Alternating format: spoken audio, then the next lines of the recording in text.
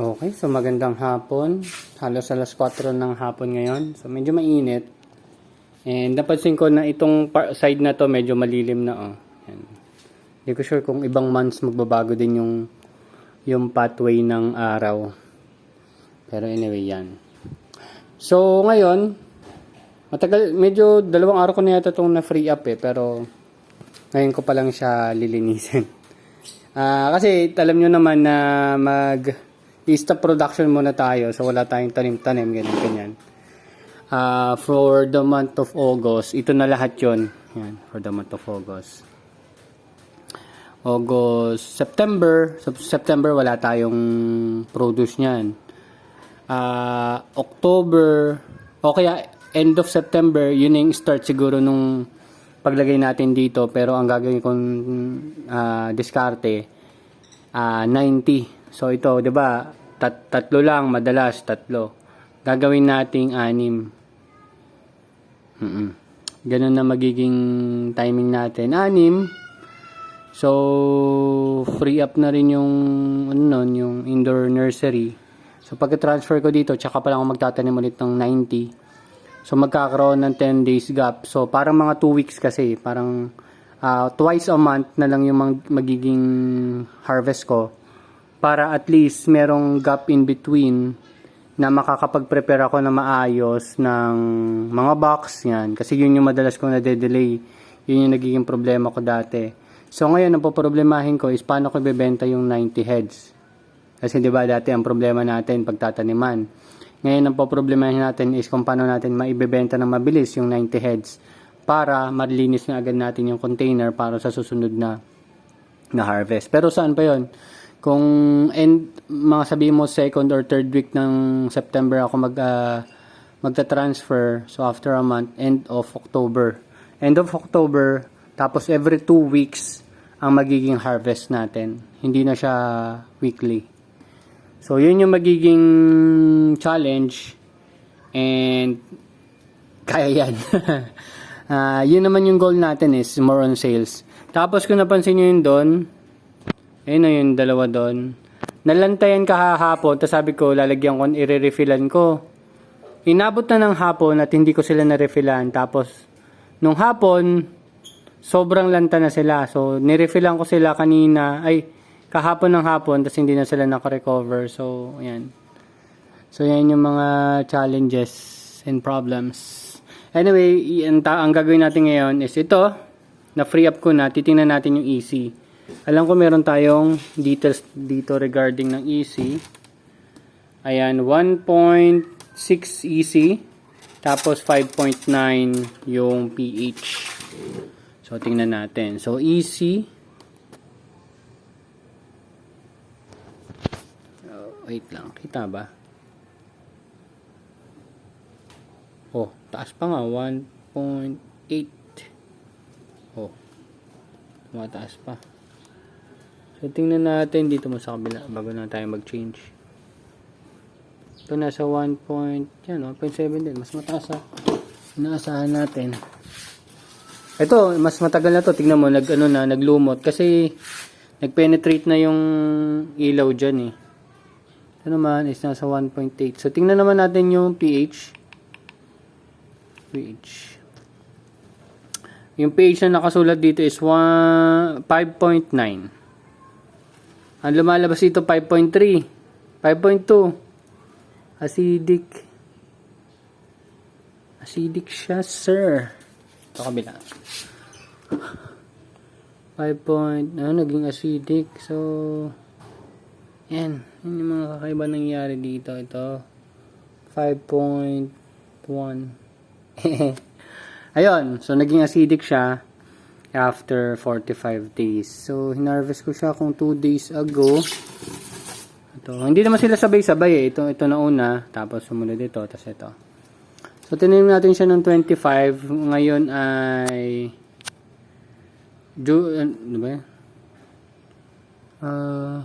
June 25 natin yung tinanim. Tapos, ngayon ay August 12. So, kung kukompute natin, dapat August 9. August 9. So, mga August 9 ko to na harvest siguro. Ito mga August 10. Ito yung mga August 8. So, ayun, nasa range naman siya ng 42, at least 42 days bago natin i-harvest. And yung regarding naman sa weight niya, average naman niya nasa 100, 110. Marami pa nga natanggal na mga dahon kasi nga, di ba, nagkaroon ng problem sa fungus, especially yung problem natin sa thrips. Yan. Yung iba may mga na-harvest na rin tayo doon konti. Yung iba naman, tinamaan ng, parang nag-rot yung stem niya. So, pag nag-rot na yung stem niya, wala na makakadaan na nutrients, nalanta na lang siya.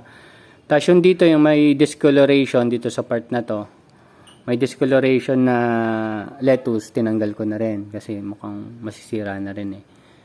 Ayun. So, ayan, yung, in terms naman dun sa mga damage ng ibon, nandiyan pa rin yung damage ng ibon, mukha namang hindi naman umulit pa. Ayun. Problema kasi dito sila tumatambay, tapos malapit kasi dito yung ibon namin, so may mga nalalaglag na feeds dyan. So, nakikikain sila. Tapos dun, naapektuhan din yun yung sa taas natin. So, yun. So, susunod natin sa end, mga 2 weeks, 3rd or 4th week ng September, start na tayo ng transfer niyan. I-schedule ko na lang yan. Kasi, ganun pa rin naman, 10 days ang transfer natin. So, ano ba dito? Kakamada natin yan na yung harvest natin, yung 42 days natin, Thursday. So, yun yung 42. Tapos, Friday, Saturday, and Sunday. So, malamang dun yung mga selling points ko. So, iniisip ko dyan sa Metropolitan, pero kasi ang unang target talaga natin is yung local clients natin. So, tatry natin pumesto sa complex, dun sa tabi nyo ng magtataho. O kung wala man yung magtataho, tayo na lang muna prepesto dun. For mga 2 hours lang naman yun, from 6 a.m. to 8 a.m. Then that's it. After nun, kung may bumili man o wala, pero hopefully may bumili. Mostly naman may bumibili niyan pag may mga dala akong ganyan. Tapos i-display na lang natin na maayos para makabili sila. So goods naman yung mga tanim natin eh. And yun nga, yun sa mga product na iniisip ko, medyo asikaso kasi yung iba. Medyo may pagkatamad kasi ako in terms of preparation. Yung pag-preparation ng sandwich, ng salad, asikaso talaga kasi yun. So ngayon, ang ginagawa ko is kung adobo.